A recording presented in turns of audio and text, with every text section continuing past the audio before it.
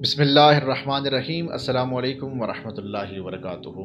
ناظرین کرام، حکیم لقمان رحمۃ اللہ تعالیٰ علیہ کے حکیمانہ اقوال قرآن کریم میں نقل کیے گئے تاکہ قیامت تک آنے والے انسان ان سے فائدہ اٹھا کر اپنی زندگی خوب سے خوب تر بنا سکیں۔ یہاں حضرت لقمان رحمۃ اللہ تعالیٰ علیہ اور ایک گدھے کے واقعے کو تفصیل سے بیان کرنا بہت دلچسپ سمجھتا ہوں، کیونکہ یہ قصہ ہمیں زندگی کے کچھ انتہائی اہم اصول سکھاتا ہے۔ اس واقعے کا آغاز یوں ہوتا ہے کہ حضرت لقمان ایک دانا اور حکیم شخصیت کے طور پر مشہور تھے۔ ایک دن حضرت لقمان اپنے بیٹے کے ساتھ سفر پر نکلے۔ اس سفر میں ان کے پاس ایک گدھا بھی تھا جسے وہ ساتھ لے کر جا رہے تھے تاکہ بوقت ضرورت سوار ہو سکے۔ راستے میں مختلف مراحل پر انہیں لوگوں کے تاثرات اور باتیں سننے کا موقع ملا، اور انہی تاثرات سے حضرت لقمان نے اپنے بیٹے کو ایک گہری اور ناقابل فراموش نصیحت دی۔ چنانچہ سفر کی ابتدا میں حضرت لقمان نے اپنے بیٹے کو گدھے پر بٹھایا اور خود پیدل چلنے لگے۔ انہیں یہ لگا کہ شاید بیٹے کو تھکاوٹ ہو رہی ہے اور وہ آرام سے سفر کر سکے۔ جب وہ کچھ فاصلے پر پہنچے تو کچھ لوگ انہیں دیکھ کر رک گئے اور کہنے لگے، دیکھو یہ کیسا بیٹا ہے جو خود تو آرام سے گدھے پر بیٹھا ہوا ہے اور اپنے بوڑھے باپ کو پیدل چلنے دے رہا ہے، یہ تو بہت عجیب بات ہے۔ حضرت لقمان نے جب یہ بات سنی اور اپنے بیٹے سے کہا، بیٹا لوگوں کی باتیں سن کر میں خود گدھے پر بیٹھ جاتا ہوں اور تم پیدل چلنا۔ بیٹے نے رضامندی ظاہر کی اور خود گدھے سے اتر کر پیدل چلنے لگا۔ کچھ دور جا کر حضرت لقمان خود گدھے پر بیٹھے ہوئے تھے اور ان کا بیٹا پیدل چل رہا تھا۔ اچانک کچھ اور لوگوں کا گروہ ان کے پاس سے گزرا اور انہیں دیکھ کر کہنے لگا، ارے یہ کیسے باپ ہیں جو خود آرام سے گدھے پر سوار ہے اور اپنے چھوٹے بیٹے کو پیدل چلا رہے ہیں۔ انہیں چاہیے تھا کہ اپنے بیٹے کا خیال کرتے اور اسے گدھے پر بٹھاتے۔ حضرت لقمان نے دوبارہ لوگوں کی جب یہ بات سنی اور بیٹے کی طرف دیکھا، پھر ایک مرتبہ پھر سوچنے لگے۔ انہوں نے بیٹے کو مخاطب کر کے کہا، بیٹا لوگ ہر حال میں کچھ نہ کچھ کہیں گے، آؤ ہم دونوں گدھے پر سوار ہوتے ہیں تاکہ کسی کو کچھ کہنے کا موقع نہ ملے۔ اب دونوں باپ بیٹا گدھے پر سوار ہو گئے اور سفر جاری رکھا۔ کچھ دیر بعد وہ ایک اور بستی میں پہنچے جہاں کچھ لوگ انہیں دیکھ رہے تھے۔ لوگوں نے ایک مرتبہ پھر ان پر تنقید کرتے ہوئے کہا، یہ لوگ کتنے ظالم ہیں، دونوں نے ایک بے زبان جانور پر بوجھ ڈال دیا ہے اور خود آرام سے اس پر سوار ہیں۔ انہیں چاہیے تھا کہ یہ کم از کم گدھے کا خیال تو کرتے اور اسے آرام دیتے۔ حضرت لقمان نے جب یہ بات سنی اور ایک لمحے کے لیے رک گئے اور بیٹے کی طرف دیکھتے ہوئے کہا، بیٹا اگر ہم دونوں پیدل چلیں تو شاید لوگوں کو کوئی اعتراض نہ ہو، چلو ہم گدھے سے اتر کر پیدل چلتے ہیں۔ چنانچہ حضرت لقمان اور ان کا بیٹا گدھے سے اتر کر پیدل چلنے لگے۔ کچھ دیر بعد ایک اور گروہ ان کے پاس سے گزرا اور انہیں دیکھ کر مذاق اڑاتے ہوئے کہا، یہ لوگ کیسے بیوقوف ہیں کہ ان کے پاس ایک گدھا ہے لیکن پھر بھی دونوں پیدل چل رہے ہیں۔ اگر اس سواری کا فائدہ نہیں اٹھانا تھا تو پھر اسے ساتھ کیوں لائے ہیں؟ یہ سن کر حضرت لقمان نے اپنے بیٹے کی طرف دیکھا اور مسکرائے۔ وہ جان چکے تھے کہ لوگوں کی باتوں کو سن کر خود کو اور اپنی زندگی کو ڈھالنا بے معنی ہے، کیونکہ ہر حال میں کچھ نہ کچھ کہا جائے گا۔ جب حضرت لقمان نے ان تمام مراحل سے اپنے بیٹے کو گزارا تو انہوں نے آخرکار اپنے بیٹے کو ایک بہت ہی خوبصورت نصیحت کی جسے ان کے بیٹے نے ہمیشہ یاد رکھا۔ حضرت لقمان نے کہا، بیٹا یہ بات ذہن نشین کر لو کہ دنیا میں ہر انسان کی سوچ، نظریات اور پسند ناپسند مختلف ہوتی ہے۔ اگر ہم ہر ایک کی بات کو اہمیت دینے لگے اور لوگوں کو خوش کرنے کی کوشش کرتے رہے تو خود کو بھی کبھی بھی سکون میں نہیں رکھ سکیں گے اور نہ ہی ان کی توقعات پر پورا اتر سکیں گے۔ لوگ ہر حال میں کچھ نہ کچھ کہتے رہیں گے۔ ضروری یہ ہے کہ ہم اپنے ضمیر کی آواز سنیں، اپنے کام کو صحیح نیت کے ساتھ انجام دیں اور دوسروں کی رائے کو سنیں، لیکن اپنی ذات کی سچائی اور اصولوں کو ہمیشہ قائم رکھیں۔ چنانچہ یہ واقعہ ہمیں سکھاتا ہے کہ ہمیں لوگوں کی باتوں کی پرواہ کرنے کے بجائے اپنے اصولوں اور ضمیر کے مطابق زندگی گزارنی چاہیے۔ حضرت لقمان کی حکمت ہمیں یہ درس دیتی ہے کہ اپنے فیصلے اور اعمال میں خود مختاری ہونی چاہیے اور دوسروں کی تنقید یا تعریف سے متاثر ہو کر اپنے راستے سے ہٹنے کی ضرورت ہرگز نہیں۔ دنیا میں کسی بھی شخص کو خوش کرنا ممکن نہیں ہے، لہذا اپنی زندگی میں صحیح راستے کا انتخاب کر کے حکمت اور دانائی کے ساتھ آگے بڑھنا ہی کامیابی کا راز ہے۔ حضرت لقمان اور گدھے کا یہ واقعہ ہمیں نہ صرف دانائی کی مثال پیش کرتا ہے بلکہ ہمیں عملی زندگی میں لوگوں کے رویوں کا سامنا کرنے کا طریقہ بھی سکھاتا ہے۔ ناظرین کرام، سورہ لقمان میں اللہ تعالیٰ نے حضرت حکیم لقمان رحمۃ اللہ تعالیٰ علیہ کی دانائی اور حکمت والی نصیحتیں جو انہوں نے اپنے فرزند سے کہیں بیان فرما کر چند باتوں کی طرف رہنمائی فرمائی ہے کہ حضرت لقمان نے اپنے بیٹے کو اس کے نام سے نہیں پکارا بلکہ اے میرے بیٹے کہہ کر پکارا۔ جس سے معلوم ہوتا ہے کہ نام لینے سے محبت کا وہ اظہار نہیں ہوتا جو اے میرے بیٹے کہنے سے محبت کا اظہار ہوتا ہے۔ جس طرح ماں لاشعوری عمر میں بچے کو محبت میں میرا لال، میرا چاند، میرا سوہنا وغیرہ جیسے القابات سے پکارتی ہے، اسی طرح جب بچہ شعوری عمر کو پہنچ جائے تو والدین اس سے اسی انداز محبت میں بات کریں تو ماں باپ کی بات بچے کے دل و دماغ پر اثر انداز ہوگی۔ سب سے پہلی نصیحت جو حضرت لقمان نے اپنے بیٹے کو کی وہ توحید باری تعالیٰ سے متعلق تھی کہ اے میرے بیٹے اللہ کے ساتھ کسی کو شریک نہ ٹھہرانا۔ اس سے یہ بھی معلوم ہوا کہ بچے کو سب سے پہلی دینی عقائد و افکار کی تعلیم دینی چاہیے تاکہ بڑا ہو کر وہ ایک اچھا مسلمان بنے، کیونکہ اس کے عقائد جب صحیح ہوں گے تو اعمال بھی انشاءاللہ تعالی صحیح ہوں گے۔ قرآن و سنت کی تعلیم دینی امور کے ماہر اساتذہ سے دلوائی جائے۔ ہمارے معاشرے کا ایک المیہ یہ بھی ہے کہ جسمانی تکلیف مثلا دانت میں درد ہو تو ہم دانت کے ڈاکٹر کے پاس جاتے ہیں، دل کا مسئلہ ہو تو ہارٹ اسپیشلسٹ کے پاس جاتے ہیں، لیکن جب علم قرآن کریم اور حدیث نبی صلی اللہ علیہ وآلہ وسلم کا معاملہ پیش آتا ہے تو ہم ایک مستند عالم دین کو چھوڑ کر غیر عالم کے پاس چلے جاتے ہیں، جس سے اکثر بگاڑ پیدا ہوتا ہے۔ آگے حضرت لقمان نے اپنے بیٹے سے کہا کہ اے میرے بیٹے، عمل رائی کے دانے کے برابر بھی ہو تو روز محشر اللہ تعالیٰ اسے تمہارے سامنے لے آئیں گے، یعنی کوئی عمل خواہ ہو اچھا ہو یا برا اسے معمولی مت سمجھنا کہ روز محشر تمہیں اس کا سامنا کرنا پڑے گا۔ اگر عمل صالح ہے تو وہ تمہارے لیے روز محشر مفید ثابت ہوگا، اور ہو سکتا ہے کہ جسے تم معمولی سمجھو روز محشر وہی تمہاری شفاعت کا سبب بن جائے، اور اگر وہ عمل طالح یعنی برے ہیں تو تم بروز محشر اسے شفا نہ پاؤ گے۔ اللہ رب العزت اس عمل کو جسے تم معمولی سمجھ رہے ہوں گے تمہارے سامنے ظاہر کر دیں گے، اور وہاں انکار کی کوئی گنجائش نہ ہوگی۔ حضرت لقمان کے اپنے فرزند کو کی گئی یہ نصیحتیں ہمیں بتاتی ہیں کہ ہمیں اپنی اولاد سے ان کی نفسیات سامنے رکھ کر ان کی ذہنی اپروچ کا اندازہ لگا کر بات چیت کرتے رہنا چاہیے، اور آج کے ماحول کا تقاضا ہے کہ والدین اپنی اولاد کے ساتھ دوستانہ ماحول میں گفتگو کریں، ان کے مسائل اور پریشانیوں کو سنیں اور حل کریں، کیونکہ ڈانٹ ڈپٹ کے دور گزر چکے ہیں۔ حضرت انس رضی اللہ تعالیٰ عنہ نبی کریم صلی اللہ علیہ وآلہ وسلم کے ساتھ 10 سال رہے۔ آپ رضی اللہ تعالیٰ عنہ فرماتے ہیں کہ ان 10 سالوں میں کبھی بھی نبی پاک صلی اللہ علیہ وآلہ وسلم نے مجھے نہیں ڈانٹا۔ ایک واقعہ حضرت انس بن مالک رضی اللہ تعالیٰ عنہ کے بارے میں آپ فرماتے ہیں کہ ایک بار نبی اکرم صلی اللہ علیہ وآلہ وسلم نے مجھے کسی کام سے بھیجا، میں بچوں کے ساتھ کھیل کود میں لگ گیا، اور اس کے باوجود بھی نبی پاک صلی اللہ علیہ وآلہ وسلم نے مجھے نہیں ڈانٹا۔ فرمان نبی صلی اللہ علیہ وآلہ وسلم ہے کہ اپنی اولاد کے ساتھ نرمی برتو اور ان کی بہتر تربیت کرو۔ اس حدیث سے بھی یہ بھی معلوم ہوتا ہے کہ نبی پاک صلی اللہ علیہ وآلہ وسلم نے اپنی امت کو اولاد کی بہتر تربیت کا حکم ارشاد فرمایا ہے، اور اولاد کی تربیت اگر شاعر اسلام اور طرز نبوی صلی اللہ علیہ وآلہ وسلم پر کی گئی ہو تو انشاءاللہ تعالی اولاد کی دنیا و آخرت بھی سنورے گی، اور اولاد مطیع و فرما بردار اور خدمت کرنے والی بھی ہوگی۔ والدین کی طرف سے اولاد کی صحیح تعلیم و تربیت والدین کے لیے صدقہ جاریہ اور ذخیرہ ہی آخرت ہے۔ ناظرین کرام، ان تمام نصیحتوں کا خلاصہ یہ ہے کہ ہر وقت ہم دوسروں کا خیال رکھیں، اور کسی شخص کو بھی خواہ وہ مسلمان ہو یا کافر، ہم اس کو جانتے ہوں یا نہ جانتے ہوں، لیکن ہماری طرف سے کوئی بھی تکلیف کسی بھی بشر کو نہیں پہنچنی چاہیے، مگر ہم ان امور میں کوتاہی سے کام لیتے ہیں، حالانکہ ان امور کا تعلق حقوق العباد سے ہے، اور حقوق العباد میں حق تلفی انسان کے بڑے بڑے نیک اعمال کو ختم کر دے گی۔ لہذا ہمیں چاہیے کہ ہم حکیم لقمان رحمۃ اللہ تعالیٰ علیہ کی ان قیمتی نصیحتوں پر عمل کر کے ایک اچھے معاشرے کی تشکیل دیں۔ حکیم لقمان رحمۃ اللہ تعالیٰ علیہ کا نام تو بچپن ہی سے سنتے چلے آ رہے ہیں، کیونکہ اللہ رب العزت نے ان کے نام سے قرآن کریم میں ایک سورہ نازل فرمائی ہے جس کی قیامت تک تلاوت ہوتی رہے گی انشاءاللہ تعالیٰ۔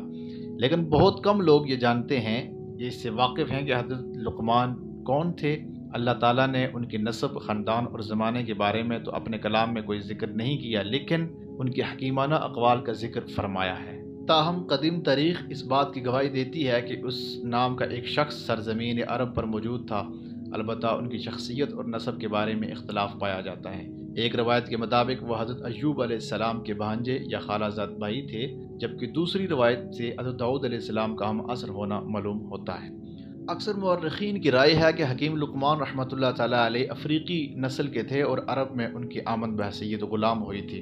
جمہور علماء کا اتفاق ہے کہ حکیم لقمان نبی نہیں تھے اور نہ ہی ان پر وحی نازل ہوتی تھی، کیونکہ قرآن و حدیث میں کسی بھی جگہ کوئی ایسا اشارہ موجود نہیں ہے جو حکیم لقمان رحمۃ اللہ تعالیٰ علیہ کے نبی یا رسول ہونے پر دلالت کرتا ہو۔ غرض یہ کہ اللہ تعالیٰ نے حکیم لقمان کو نبوت عطا نہیں کی، مگر حکمت و دانائی سے وافر حصہ دیا۔ دنیا کی تاریخ بتاتی ہے کہ دین حق کی دعوت میں نوجوانوں کا بڑا کردار رہا ہے۔ قرآن مجید میں اصحاب کہف کا تذکرہ موجود ہے، جن کے دلوں نے ایمان کی دولت پاتے ہی ہر طرح کے ناز و نعم کو چھوڑ کر صحر و بیاباں اور پہاڑوں کا رخ کیا۔ حکومت وقت کی سازشوں سے بچنے اور اپنے ایمان کی دولت کو محفوظ کرنے کے لیے ہجرت کا راستہ اختیار کیا، تو اللہ تعالیٰ نے قرآن مجید میں ان نوجوانوں کی ان الفاظ میں تعریف بیان فرمائی: ہم آپ پر ان کا قصہ برحق بیان کرتے ہیں کہ یہ چند نوجوان اپنے رب پر ایمان لائے تھے اور ہم نے انہیں ہدایت میں ترقی دی تھی۔ یاد رہے کہ نوجوانی میں کسی بھی کام کو کرنے کا جذبہ، ولولہ، کسی معاملے کو عروج تک پہنچانے کی جرت اور کسی حادثے سے مقابلہ کرنے کی عظیم قوت پائی جاتی ہے۔ علم النفس کے ماہرین کا کہنا ہے کہ نوجوانی کا یہ عرصہ اس قدر نازک ہوتا ہے کہ اسے جو راہ مل جائے وہ اسے اپنا لیتا ہے۔ قرآن مجید کی ایک لمبی چوڑی سورہ یوسف کے ایک صالح نوجوان کی عصمت و عفت اور ہمت و جرت کی مثال قائم کرتی ہے، جس نے پاکیزگی کا دامن ہاتھ سے نہیں چھوڑا اور پاک دامنی کا راستہ ہی اختیار کیا۔ نوجوانی کے سنہری دور کی قدر و قیمت نبی پاک صلی اللہ علیہ وآلہ وسلم کے اس فرمان سے واضح ہو جاتی۔ عبداللہ بن عباس رضی اللہ تعالیٰ عنہ سے مروی ہے کہ رسول پاک صلی اللہ علیہ وآلہ وسلم نے فرمایا: 5 چیزوں سے پہلے 5 چیزوں کو غنیمت شمار کرو، اپنی جوانی کو اپنے بڑھاپے سے پہلے، اپنی صحت کو اپنی بیماری سے پہلے، اپنی مالداری کو اپنی تنگ دستی سے پہلے، اپنی فراغت کو اپنی مشغولیت سے پہلے، اور اپنی زندگی کو اپنی موت سے پہلے۔ پیارے دوستو، اسی لیے بے حسی اور غفلت میں گرے آج کے نوجوانوں کو گمراہی کے دلدل سے نکالنا بے حد ضروری ہے۔ اللہ تعالیٰ نے ہدایت کی کتاب قرآن مجید میں صراط مستقیم پر چلنے کی راہ دکھائی ہے، اور سورہ لقمان کی سورہ میں اللہ رب العزت نے حضرت لقمان کی ان نصیحتوں کو نقل کیا ہے جو انہوں نے اپنے بیٹے کو کی تھی۔ یہ نصیحتیں دراصل پوری انسانیت کے لیے ہیں، اور خاص طور پر نوجوانوں کو ان نصیحتوں سے سبق حاصل کرنے کی اور ان پر عمل پیرا ہونے کی اشد ضرورت ہے۔ یاد رہے کہ حضرت لقمان نے اپنی نصیحتوں کا آغاز توحید سے کیا اور انہیں چند اخلاقی امور پر ختم کیا ہے۔ تو چلیے آپ کو قرآن و حدیث کی روشنی میں ان نصیحتوں کی تفصیلات بتاتے ہیں۔ ناظرین کرام، حضرت لقمان رحمۃ اللہ تعالیٰ علیہ نے اپنے بیٹے کو سب سے پہلے نصیحت توحید کے حوالے سے کی، جیسا کہ سورہ لقمان میں ارشاد ہے: اے میرے بیٹے، اللہ کے ساتھ کبھی شرک نہ کرنا، یقین جانو شرک بہت بڑا ظلم ہے۔ یعنی اللہ تعالیٰ ہی پوری کائنات کا خالق و مالک و رازق ہے، اور اس کے ساتھ کسی غیر اللہ کو شریک عبادت نہ کرنا اس دنیا میں اس سے بڑا ظلم نہیں ہو سکتا کہ اللہ تعالیٰ کے کسی مخلوق کو اس کے ساتھ برابر ٹھہرا دیا جائے۔ یہی وہ پیغام ہے جس کی دعوت تمام انبیاء اور رسول نے دی کہ معبود حقیقی صرف اور صرف اللہ تعالیٰ کی ذات ہے، وہی پیدا کرنے والا ہے، وہی رازق ہے، وہی خالق ہے، وہی مالک ہے، اور پوری دنیا کے نظام کو تنہا وہی چلانے والا ہے، اس کا کوئی شریک نہیں، ہم سب اسی کے بندے ہیں اور ہمیں صرف اسی کی عبادت کرنی چاہیے۔ وہی مشکل کشا، حاجت روا اور تمام ضرورتوں کو پورا کرنے والا ہے۔ رسول اکرم صلی اللہ علیہ وآلہ وسلم نے ارشاد فرمایا: سب سے برا عمل اللہ تعالیٰ کے ہاں اس کے ساتھ شرک کرنا ہے۔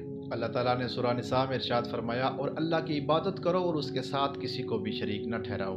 اللہ تعالیٰ اپنے اکیلے کی عبادت کا حکم دے رہے ہیں، کیونکہ وہی خالق، رازق، منعم اور ہر حالت میں ہر وقت اپنی مخلوق پر احسان کرنے والا ہے۔ چنانچہ وہی مستحق ہے کہ تمام مخلوق اس کو ایک جانے اور اس کی مخلوق میں سے کسی کو بھی اس کا شریک نہ بنائے۔ وہی ایسی ذات ہے جس کے علاوہ کوئی معبود برحق اور رب نہیں، اور عبادت بھی صرف اور صرف اسی کے لیے جائز ہے، کیونکہ جو وہ چاہے گا وہی ہوگا، اور وہ جو نہ چاہے وہ کچھ بھی نہیں ہو سکتا۔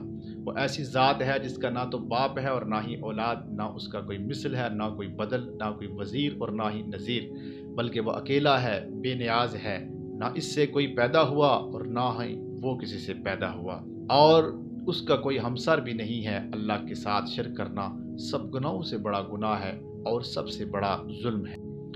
مشرک اس بات کا مستحق ٹھہرا کہ اللہ تعالیٰ اسے ہرگز معاف نہ فرمائے، باقی گناہوں کو اگر چاہے تو معاف کر دے۔ ایک اور جگہ فرمایا: بے شک اللہ تعالیٰ اپنے ساتھ شرک کیے جانے کو معاف نہیں کرتا، اس کے سوا جسے چاہے بخش دیتا ہے، اور جو اللہ کے ساتھ شرک کرتا ہے بلا شبہ اس نے جھوٹ باندھا اور جو ظاہر گناہ ہے۔ دوسرے مقام پر ارشاد فرمایا اور جس نے اللہ کے ساتھ شرک کیا تو وہ بہت دور کی گمراہی میں جا پڑا، یعنی وہ غلط راستے پر چل پڑا اور اسے ہدایت سے گمراہ اور درستی سے دور ہٹ گیا، اپنے آپ کو ہلاک کر لیا اور دنیا و آخرت میں ذلت و رسوائی مول لی، دنیا و آخرت کی نیک بختی اس سے چھن گئی۔ اللہ تعالیٰ انسان کا خالق ہے، اس کے باوجود انسان اس کے ساتھ شرک کرے تو اس سے بڑھ کر کون سا گناہ ہے اور معصیت ہو سکتی ہے، اور اس سے بڑھ کر دور کی گمراہی اور کون سی ہو سکتی ہے۔ حضرت عبداللہ بن مسعود رضی اللہ تعالیٰ عنہما کہتے ہیں کہ میں نے رسول پاک صلی اللہ علیہ وآلہ وسلم سے پوچھا، اللہ تعالیٰ کے ہاں کون سا گناہ سب سے بڑا ہے؟ جواب دیا، تو اللہ کے ساتھ شرک کرے حالانکہ اس نے تجھے پیدا کیا ہے۔ میں نے کہا، واقعی یہ تو بہت عظیم گناہ ہے۔ میں نے عرض کیا، پھر کون سا گناہ؟ فرمایا، اور یہ کہ تو اپنے بیٹے کو محض اس خوف سے قتل کر دے کہ وہ تیرے ساتھ کھائے گا۔ میں نے عرض کیا، پھر کون سا گناہ بڑا ہے؟ فرمایا، یہ کہ تو اپنے ہمسائے کی بیوی کے ساتھ زنا کرے۔ جس نے رب تعالیٰ کے ساتھ شرک کیا، آپ اس کی زیادہ حقدار ہے، خواہ نمازیں پڑھے، روزے رکھے اور اپنے آپ کو مسلمان گمان کرے، جنت میں اس کا داخلہ حرام ہے۔ ارشاد ہوتا ہے، یقین مانو کہ جو شخص اللہ کے ساتھ شرک کرتا ہے، اللہ تعالیٰ نے جنت اس پر حرام کر دیا اور اس کا ٹھکانہ جہنم ہی ہے، اور ظالموں کا کوئی بھی مددگار نہیں۔ شرک انسان کے دیگر نیک اعمال کو بھی رائیگاں کر دیتا ہے۔ اعمال ضائع ہونے کی وجہ شرک کا ظلم عظیم ہونا ہے، جیسا کہ ارشاد باری تعالیٰ ہے، بے شک شرک عظیم ظلم ہے۔ جس کی موت شرک کی حالت میں ہوئی ہو تو وہ جہنمی ہے اور کوئی بھی چیز اسے چھڑا نہیں سکتی۔ شرک کی دو اقسام بیان کی گئی ہیں، شرک اکبر، شرک اصغر۔ ناظرین کرام، شرک اکبر سب سے بڑا گناہ ہے۔ یہ صرف اللہ تعالیٰ سے معافی مانگنے سے ہی معاف ہوتا ہے۔ اللہ تعالیٰ کی الوہیت میں کسی کو شریک سمجھنا، جیسے اللہ تعالیٰ سے محبت ہے ویسی ہی اس شریک سے ہو، یہی وہ شرک ہے جس کے ضمن میں مشرکوں کا اپنے معبودوں کو رب العالمین کے برابر سمجھنا بھی آ جاتا ہے۔ اس لیے آخرت میں اپنے خداؤں کو کہیں گے، اللہ کی قسم ہم تو کھلی غلطی پر تھے جبکہ تمہیں رب العالمین کے برابر سمجھ بیٹھے تھے۔ ان کا اقرار تھا کہ اللہ ہر چیز کا خالق اور مالک اور پالنے والا ہے، اور ہمارے الہ نہ پیدا کر سکتے ہیں، نہ رازق ہیں، نہ زندہ کر سکتے ہیں، اور نہ ہی مار سکتے ہیں۔ ان کی برابری صرف محبت، تعظیم اور عبادت میں تھی، جیسا کہ اکثر دنیا کے مشرکوں کی حالت ہے، بلکہ تمام کے تمام مشرک اپنے معبودان باطلہ سے اللہ رب العزت کے علاوہ محبت کرتے ہیں، ان کی تعظیم کرتے ہیں اور انہیں دوست رکھتے ہیں، بلکہ ان میں سے اکثر تو اللہ تعالیٰ سے بھی بڑھ کر اپنی محبت و عقیدت اپنے جھوٹے خداؤں سے کرتے ہیں۔ اللہ تعالیٰ کا فرمان ہے، بعض لوگ ایسے بھی ہیں جو اللہ کے شریک اوروں کو ٹھہرا کر ان سے ایسی محبت رکھتے ہیں جیسی محبت اللہ سے ہونی چاہیے، اور جو ایمان والے ہیں ان کی سب سے شدید محبت اللہ کے لیے ہوتی ہے۔ ناظرین کرام، حضرت عبداللہ بن مسعود رضی اللہ تعالیٰ عنہ سے روایت ہے کہ ایک شخص نے نبی پاک صلی اللہ علیہ وآلہ وسلم سے سوال کیا، یا رسول اللہ صلی اللہ علیہ وآلہ وسلم، اللہ کے نزدیک سب سے بڑا گناہ کون سا ہے؟ نبی پاک صلی اللہ علیہ وآلہ وسلم نے ارشاد فرمایا، یہ کہ تو اللہ کے ساتھ کسی اور کو شریک ٹھہرائے حالانکہ اس نے تجھی کو پیدا کیا ہے۔ اس حدیث میں بتایا گیا ہے کہ اللہ کے نزدیک سب سے بڑا گناہ شرک ہے، جس سے ہر انسان کو بچنا چاہیے۔ شرک کی مذمت قرآن مجید میں اکثر مقامات پر آئی ہے۔ شرک سے مراد اللہ پاک کے سوا کسی اور کو اللہ کے برابر یا کسی کے مقابل سمجھنا ہے۔ حضرت معاذ رضی اللہ تعالیٰ عنہ سے روایت ہے کہ مجھے رسول پاک صلی اللہ علیہ وآلہ وسلم نے 10 باتوں کی نصیحت کی، اور ان میں سے ایک بات یہ ہے، اللہ کے ساتھ کسی کو شریک نہ کر، اگرچہ تو مارا جائے یا جلا دیا جائے۔ اس حدیث پاک میں رسول اکرم صلی اللہ علیہ وآلہ وسلم نے نہایت ضروری 10 نصیحتیں ارشاد فرمائی ہیں، جن میں سے ایک آپ صلی اللہ علیہ وآلہ وسلم نے یہ فرمائی کہ اللہ کے ساتھ کسی کو شریک نہ ٹھہراؤ، خواہ توحید پرستی کی وجہ سے کتنی ہی اذیتیں اور تکلیفیں پہنچائی جائیں، یہاں تک کہ کوئی مار ہی کیوں نہ ڈالے یا زندہ ہی کیوں نہ جلا دے۔ رسول اکرم صلی اللہ علیہ وآلہ وسلم کی دنیا میں تشریف لانے سے قبل جس قدر اللہ تعالیٰ کے نبی اور پیغمبر آئے، سب نے اپنی قوموں کو شرک اور بت پرستی سے روکا، انہیں جہالت سے نکالا اور علم کا نور عطا کیا، کفر کی تاریکیوں سے نکال کر ایمان کی روشنی دکھائی، اور معبود باطل کی پرستش کے بجائے ایک اللہ کی عبادت کرنے کی تلقین کی، انکار و سرکشی کی راہ سے ہٹا کر اطاعت اور فرما برداری کی ہدایت عطا کی۔ حضرت آدم علیہ السلام سے لے کر حضرت عیسیٰ علیہ السلام تک سب کے سب یہی تعلیم دیتے آ رہے ہیں کہ اللہ ایک ہے، اسی کے ساتھ کسی کو شریک نہ مانو، صرف اسی کو قادر مطلق، حاضر و ناظر، زندہ و قائم سمجھو۔ لیکن اکثر لوگ اپنے باپ دادا کی راہ چھوڑنے پر تیار نہ ہوئے اور برابر شرک اور بت پرستی کے باطل عقیدوں میں مبتلا رہے۔ بالآخر سرکار دو عالم صلی اللہ علیہ وآلہ وسلم تشریف لائے۔ اللہ رب العزت نے آپ صلی اللہ علیہ وآلہ وسلم پر قرآن مجید نازل فرمایا جو کتاب ہدایت ہے۔ نبی پاک صلی اللہ علیہ وآلہ وسلم نے لوگوں کو گمراہی سے روکا، سیدھا راستہ دکھایا اور بت پرستی سے اجتناب کرنے کا حکم اور رب کو ماننے پر زور دیا، اور ایک رب کو ماننے پر زور دیا۔ بتایا کہ تمام گناہ کچھ نہ کچھ سزا بھگتنے پر معاف ہو جائیں گے، لیکن شرک کسی قیمت پر معاف نہیں کیا جائے گا۔ ناظرین کرام، ہمیں چاہیے کہ ہم اپنے اعتقادات اور اعمال کا جائزہ لیں اور دیکھیں کہ ان میں کہیں شرک کا عنصر تو موجود نہیں، تاکہ اس سب سے بڑے گناہ سے خود کو بچایا جا سکے۔ اللہ تعالی ہمیں تا حیات شرک سے محفوظ رکھے، آمین۔ ناظرین کرام، حکیم لقمان کی دوسری نصیحت اپنے بیٹے کو یہ تھی کہ اس کا یقین رکھا جائے کہ آسمان و زمین اور اس کے اندر جو کچھ ہے اس کے ایک ایک ذرے سے اللہ جل شانہ اچھی طرح واقف ہے۔ کوئی چیز بھی اس سے مخفی نہیں اور اس پر اس کی قدرت بھی کامل ہے۔ کوئی چیز کتنی بھی چھوٹی سے چھوٹی ہو جو عام نظروں میں نہ آ سکتی ہو، اسی طرح کوئی چیز کتنی ہی دور دراز پر ہو، اسی طرح کوئی چیز کتنی ہی اندھیروں اور پردوں میں ہو، اللہ تعالیٰ کے علم و نظر سے نہیں چھپ سکتی۔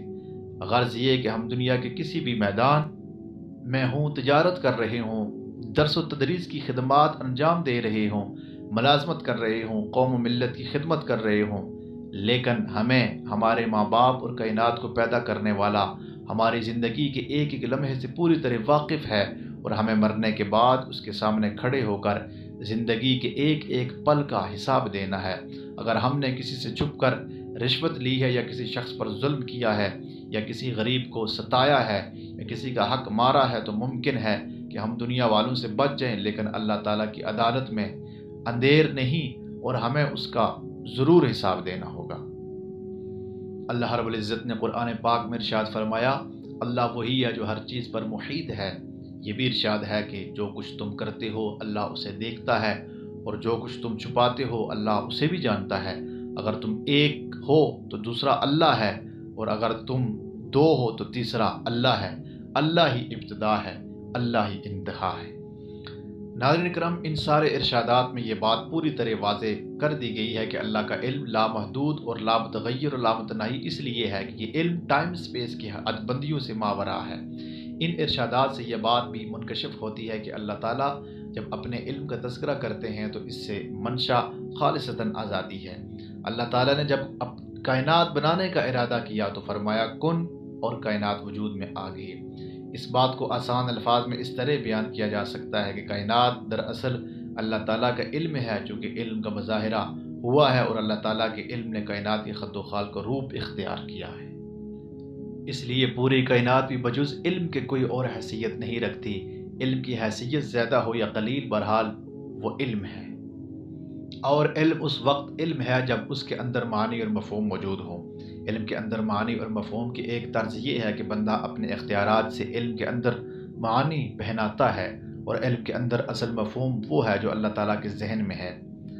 بظاہر کائنات میں غور کرنے سے عجیب قسم کی پریشانی ہوتی ہے کہ اللہ تعالیٰ نے ایسا نظام قائم کیا ہے کہ جس نظام میں زیادہ تر تکالیف جراحت ہے۔ مثلا کوئی آدمی کھائے بغیر نہیں رہ سکتا، ہر آدمی سونے پر مجبور ہے، اتنی بندشیں ہیں کہ جن کا کوئی شمار نہیں۔ علم کا یہ مفہوم اللہ تعالیٰ کے ذہن میں موجود علم سے الگ ہے۔ اللہ تعالیٰ نے آدم سے فرمایا کہ اے آدم، تو اور تیری بیوی جنت میں رہو اور خوش ہو کر کھاؤ جہاں سے دل چاہے۔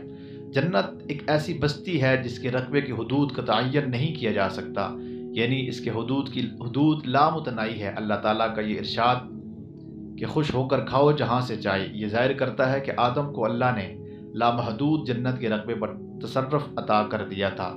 الفاظ دیگر، آدم جنت کے لامحدود رقبے پر بلا شرکت غیر مالک تھے۔ ساتھ ہی اللہ تعالیٰ نے یہ فرمایا کہ یہ درخت ہے، اس کے قریب مت جانا، اور اگر تم نے ہمارے اس حکم یا ہدایت پر عمل نہیں کیا تو تم اپنے اوپر ظلم کرو گے۔ جنت لامحدود رقبہ ہے، اس میں لاتعداد اور لاشمار درخت ہیں۔ ایک مخصوص درخت کی طرف اللہ تعالیٰ اشارہ کر کے آدم کو ہدایت کرتے ہیں کہ اس درخت کے قریب مت جانا۔ آدم سے نافرمانی واقع ہوئی اور اس نافرمانی کے جرم میں جنت کی فضاؤں نے آدم کو رد کر دیا، اور آدم جس سرزمین کی بلا شرکت غیر مالک تھے وہ زمین ان سے چھین لی گئی۔ اس درخت کے بارے میں بہت سی باتیں بیان کی جاتی ہیں۔ کوئی کہتا ہے کہ گیہوں کا درخت تھا، کوئی کہتا ہے کہ سیب تھا، کسی مذہب و مسلک کے لوگ کہتے ہیں کہ وہ درخت انگور کا تھا۔ علی ھذا القیاس مختلف لوگ مختلف باتیں کرتے ہیں، لیکن قرآن نے اس کا کوئی نام نہیں رکھا، صرف درخت کے نام سے یاد کیا ہے۔ روحانی نقطۂ نظر سے جب لاشعوری واردات و کیفیات میں اس درخت کا مشاہدہ کیا جاتا ہے تو دراصل یہ ایک طرز فکر کا سمبل ہے۔ جنت میں جو ہو رہا ہے، جو کچھ جنت میں موجود ہے، وہ در و بست آدمی کے ارادے کی تابع ہے۔ آدمی کا دل چاہا کہ وہ سیب کھائے، جنت میں سیب کا درخت بھی ہے، اس پر سیب لگے ہوئے بھی ہیں، لیکن سب کا توڑنا، سیب کا وہاں سے توڑنا وہاں زیر پاس نہیں آتا۔ سیب کھانے کو دل چاہا اور سیب موجود ہو گیا، پانی پینے کو دل چاہا تو پانی موجود ہو گیا۔ اس طرز فکر سے تصرف کی دو طرزیں سامنے آتی ہیں۔ تصرف کی ایک طرز فکر یہ ہے کہ ایک بندہ سیب کا درخت لگاتا ہے، اس کی نشو و نما کا انتظام کرتا ہے، طویل عرصے کے بعد سیب کا درخت اس قابل ہوتا ہے کہ اس کے اوپر پھل لگ جائیں، اس کے اندر سیب کھانے کی خواہش پیدا ہوتی ہے اور وہ درخت کی طرف چلتا ہے اور درخت پر سے سیب توڑ کر کھا لیتا ہے۔ تصرف کا دوسرا طریقہ یہ ہے کہ سیب کے درخت پر سیب لگے ہوئے ہوں، اس درخت کو نہ کسی بندے نے زمین میں بویا ہے، نہ ہی اس کی نگہداشت کی ہے، نہ اس درخت کو پروان چڑھانے میں کوئی خدمت انجام دی، اور نہ اسے درخت پر سے سیب توڑنے کی زحمت کرنا پڑتی ہے۔ دل چاہا کہ سیب کھاؤں اور سیب موجود ہو گیا۔ اس میں ایک بہت باریک نقطہ بیان ہوا ہے۔ اللہ تعالیٰ کے ارادے میں یہ بات موجود تھی کہ کائنات وجود میں آئے۔ اللہ تعالیٰ نے کہا کن، کائنات وجود میں آ گئی، کائنات بن گئی۔ جنت کی زندگی میں آدم کے دماغ میں یہ بات موجود تھی کہ وہ سیب کھائے۔ آدم نے کہا سیب اور سیب موجود ہو گیا۔ کن کہنے سے کائنات بن گئی، سیب کہنے سے سیب مل گیا۔ اسی بات کو اللہ تعالیٰ نے قرآن پاک میں اپنی ذات کے لیے احسن الخالقین کہہ کر بیان کیا ہے کہ میں تخلیق کرنے والوں میں بہترین خالق ہوں، یعنی اللہ تعالیٰ نے اپنے علاوہ بھی مخلوق کو تخلیق کرنے کی صلاحیتوں سے نوازا ہے۔ انسانی تخلیق اور اللہ تعالیٰ کی تخلیق میں حد فاصل یہ ہے کہ اللہ تعالیٰ وسائل کے بغیر محض علمی بنیاد پر تخلیق فرماتے ہیں، یعنی اللہ تعالیٰ کے ذہن میں جو کچھ تھا اس کے بارے میں کن کہہ کر ان تمام چیزوں کو اللہ تعالیٰ نے ظاہر فرمایا اور تخلیق کر دیا۔ ناظرین اکرام، حکیم لقمان رحمۃ اللہ تعالیٰ علیہ نے اپنے بیٹے کو تیسری نصیحت کرتے ہوئے ارشاد فرمایا، بیٹا نماز قائم کیا کرو۔ نماز ایمان کے بعد اسلام کا اہم ترین رکن ہے۔ نماز خود اہم ہونے کے ساتھ وہ دوسرے اعمال کی درستگی کا ذریعہ بھی بنتی ہے، جیسا کہ ارشاد باری تعالیٰ ہے، جو کتاب آپ پر وحی کی گئی اسے پڑھیے اور نماز قائم کیجیے، یقیناً نماز بے حیائی اور برائی سے روکتی ہے۔ نماز میں اللہ تعالیٰ نے یہ خاصیت تو تاثیر رکھی ہے کہ وہ نمازی کو گناہوں اور برائیوں سے روک دیتی ہے، مگر ضروری ہے اس پر پابندی سے عمل کیا جائے اور نماز کو ان شرائط و آداب کے ساتھ پڑھا جائے جو نماز کی قبولیت کے لیے ضروری ہیں۔ جیسا کہ حدیث میں ہے کہ ایک شخص نے نبی پاک صلی اللہ علیہ وآلہ وسلم کی خدمت میں کہا کہ فلاں شخص راتوں کو نماز پڑھتا ہے مگر دن میں چوری کرتا ہے، تو نبی اکرم صلی اللہ علیہ وآلہ وسلم نے فرمایا کہ اس کی نماز عنقریب اس کو اس برے کام سے روک دے گی۔ لہذا ہمیں نمازوں کا اہتمام کرنا چاہیے۔ ناظرین اکرام، افسوس صد افسوس آج کی ینگ جنریشن خرافات میں کچھ کھو چکی ہے۔ کالم نگاروں، تجزیہ نگاروں اور دانشوروں کی فوج در فوج افلاطونی جمہوریت اور سیاستدانوں کی خدمت میں مصروف ہے۔ دکھ کی بات یہ ہے کہ ہم مسلمان ہونے کے باوجود نماز جیسی عظیم عبادت کی ادائیگی سے بھی جی چراتے ہیں، حالانکہ نماز وہ عظیم عبادت ہے کہ روز محشر بھی جس کے بارے میں سوال ہوگا۔ حضرت ابو درداء رضی اللہ تعالیٰ عنہ سے روایت ہے کہ رسول پاک صلی اللہ علیہ وآلہ وسلم نے فرمایا، کسی بستی میں یا دیہات میں 3 آدمی ہوں اور وہ نماز باجماعت نہ پڑھتے ہوں تو ان پر شیطان یقیناً قابو پا لے گا، لہذا تم جماعت کی پابندی کو اپنے اوپر لازم کر لو، کیونکہ بھیڑیا اسی بھیڑ کو اپنا لقمہ بناتا ہے جو اپنے ریوٹ سے الگ دور رہتی ہے۔ مطلب یہ ہے کہ اگر کسی جگہ صرف 3 آدمی بھی نماز پڑھنے والے ہوں تو ان کو جماعت ہی سے نماز پڑھنا چاہیے۔ اگر وہ ایسا نہیں کریں گے تو شیطان آسانی سے ان کو شکار کر سکے گا۔ ناظرین کرام، یہ تھی ہماری آج کی ویڈیو۔ ہم امید کرتے ہیں کہ آپ کو ہماری آج کی ویڈیو ضرور پسند آئی ہوگی۔ اگر آپ کو ہماری آج کی ویڈیو پسند آئی ہے تو آپ سے گزارش کرتے ہیں کہ آپ ہمارے چینل کو ضرور سبسکرائب کر لیں اور ساتھ ہی لگے بیل کے بٹن کو بھی پریس کر لیں تاکہ آپ کے پاس ہماری آنے والی مزید معلوماتی ویڈیو کا نوٹیفیکیشن بر وقت ملتا رہے۔ سبسکرائب کے ساتھ ساتھ ہماری ویڈیو کو لائک بھی کریں اور اپنی قیمتی رائے کا اظہار کمنٹس میں ضرور کریں۔ کمنٹس میں آپ اپنے سوالات بھی ہم تک پہنچا سکتے ہیں۔ اللہ تعالیٰ آپ سب کو اپنے حفظ و امان میں رکھے۔